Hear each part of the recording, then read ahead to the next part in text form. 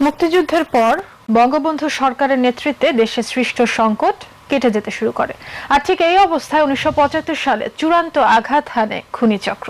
সে সময় বরিশালের দৃশ্যপট জানিয়েছেন তৎকালীন জেলা যুবলীগ সহ সাধারণ সম্পাদক, বর্তমান বরিশাল জেলা পরিষদ প্রশাসক অ্যাডভোকেট খান আলতাফ হোসেন ভুলু, যিনি 15ই আগস্ট অস্ত্র নিয়ে বেরিয়ে পড়েন বঙ্গবন্ধু হত্যার প্রতিশোধ নেবার জন্য। দর্শক, রাসেল পারভেজের সহায়তায় তুলে ধরছেন রিপোর্টে শিকদার মেহেদী। 1975 সালের 15ই আগস্ট ভোরে পবিত্র নীরবতা খান খান করে দুঃসংবাদ আসে, বঙ্গবন্ধু নেই। প্রথমে এটি সিরাজ শিকদার অথবা জাসদ গণবাহিনীর ভাওতা ভাবলেও ঘোর কাটতে বেশি সময় লাগেনি বরিশালবাসীর। যখন বারবার শুনতে পেলাম ডালিমের কণ্ঠ, সেই ভয়ার্ত কণ্ঠ, তখন বুঝতে পারলাম আমাদের প্রিয় নেতা আমাদের মধ্যে নেই, তাকে হত্যা করা হয়েছে। যে না, বঙ্গবন্ধুর হত্যা, এটা আমরা মেনে নিতে পারি নাই, হত্যার প্রতিশোধ নিতেই হবে। এই খবর শুনে আমি প্রায় পাগলের মতো হয়ে গেলাম।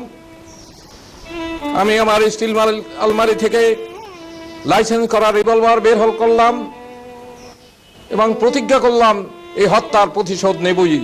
সকাল 7টার দিকে বঙ্গবন্ধু হত্যার প্রতিবাদে একটি মিছিল বের হয়। মিছিলটি বিবি পুকুরের কাছে আসতেই বিপরীত দিক থেকে আসা 400-500 লোকের আর একটি মিছিলের হামলায় ছত্রভঙ্গ হয়ে নেতাকর্মীরা আশ্রয় নেয় ভাটার গলিতে। সামান্য সংখ্যক কর্মী নিয়ে মিছিল বের করলাম সদর রোডে। আমরা বিবি মহলার পুকুরের দক্ষিণ পাশে গিয়েছি, আমাদের উপরে হামলা করলো। বাটার পিছনের গলিতে ঢুকে পড়লাম।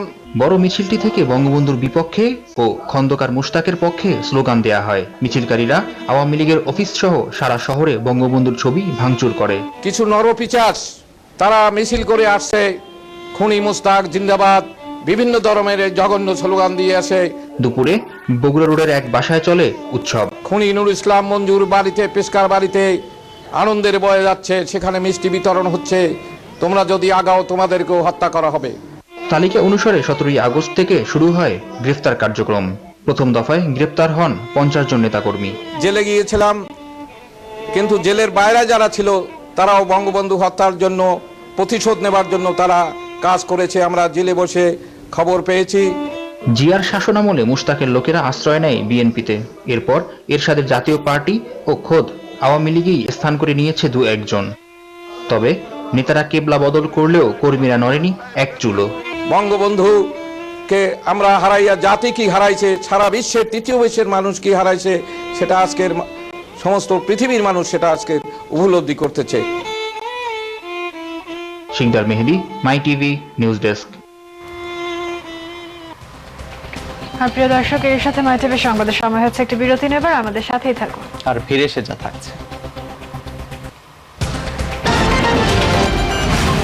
আগামীকাল হজ কার্যক্রম উদ্বোধন এবং